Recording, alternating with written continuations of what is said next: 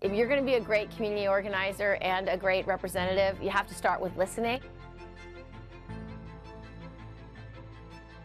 In our Georgia, no one would be unseen. It's about making sure that our voices are heard. We organize people. When we win hearts and minds, then we impact what happens in those chambers. First piece of advice I would give is follow your heart and bring the passion that got you elected to Washington to make things better for people. I rise to speak about the humanitarian crisis happening right now in our country at the border. I can't wait to meet with a lot of these new young Congress members and talk to them about their vision for the country and how they can fight and how they can get things done.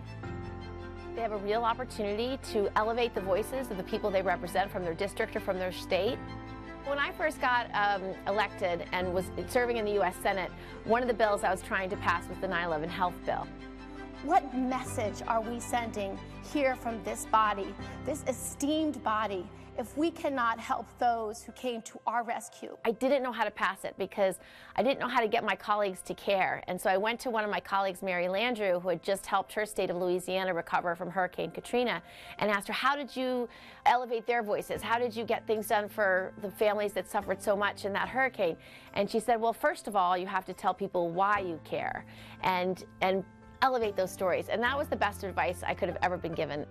Understanding what your constituents need, what their biggest issues are, what they care most about, what their fears are, what they're worried about, and then you need to translate that into policy that actually could help them. It's really about taking all that you learned from the grassroots and then bringing it straight to Washington and then working with your colleagues to find that common ground, find the consensus to actually make it happen.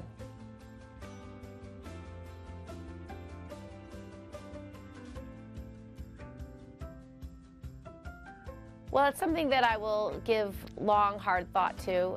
I do think it's a moral question right now. And I think, based on my faith and my belief, that all of us are called to try to do what's right to help others, to restore what's right about this country, and that means fighting for it. So I'm going to think about it.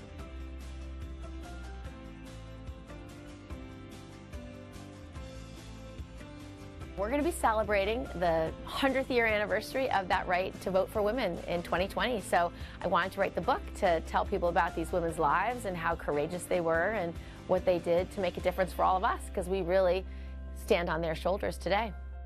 Hopefully these young girls and boys who read my book will realize they are the suffragists of today. It's really up to them. It's their voices. They are the future. And so whatever disturbs them, whatever bothers them, whatever they want fixed, they're the ones to fix it.